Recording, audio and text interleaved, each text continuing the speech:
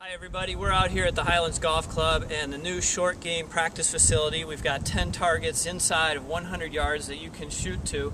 They are 4 foot by 4 foot cement circles in which when you actually contact one of them, you'll see the ball will jump up about 10 to 15 feet in the air. So it's really a thrilling experience to be able to do that, and shows you great accomplishment when you hit that small little circle out there. But today I wanted to give you some tips on how to hit those circles so that you can utilize your practice time out here more efficiently. So let's get started. As far as one theory, in order to get the ball to go different distances inside of 100 yards, there's a famous golf coach out there that teaches you to use the clock system. So he'll say to use your backswing as far as the length of a backswing, going back to 8 o'clock or going back to 9 o'clock or going back to 10 o'clock or 11 o'clock.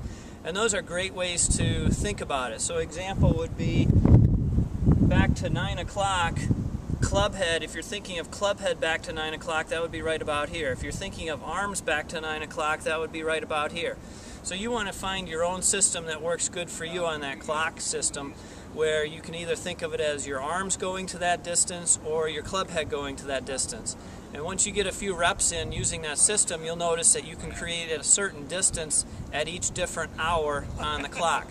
Now, another way that you may find beneficial in order to control your distance is you may work better off of percentages. So you may feel like you can take off 10% of a full swing to get the ball to go 10 yards less. So for example, if you're going with a full swing and your full swing went 90 yards and you wanted to go approximately 80, 82 yards, somewhere in that range, you would think of it as a 90% swing. And a lot of players can react that way, thinking of it as a 90% swing. Or maybe you'd want to take off half the distance and you think of using a half swing.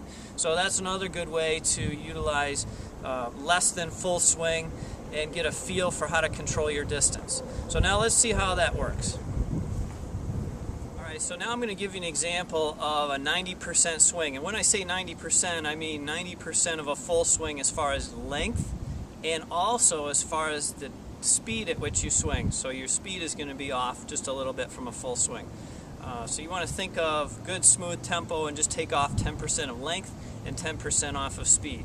So an example of that would be, I've got my sand wedge here, and my sand wedge normally goes about 95 yards. And I want to hit this next shot 85 yards. So I'm going to go out to the fourth circle out on the left side of the practice range here, and that one is 85 yards. So I'm going to show you an example of an 85%, or actually a 90% swing that's going to go 85 yards for my own personal game.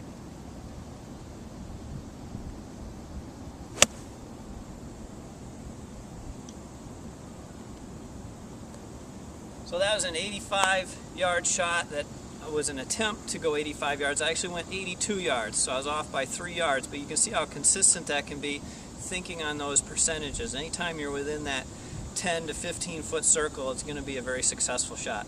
So that's a good example of how to utilize this short range area, and I hope to see everyone out here hitting thousands and thousands of golf balls and trying to hit all 10 of these targets. Alright, now I know everybody is going to say, oh, that's nice that you put the short game area in, but we have to hit off of mats, because I know there's a lot of whiners out there when it comes to mats. But hey, I've got a solution for you, okay? So you no longer have an excuse to complain about the mats. Because your typical excuse is, well, I hit it so great off the mats, but then when I go on the grass, I don't hit it so well. Well, that's because with a typical mat, you don't get good feedback. But this is a way to get good feedback even when you're hitting off of mats. So you can see down here, I've got a piece of tape, and then I'm going to place the ball right behind it.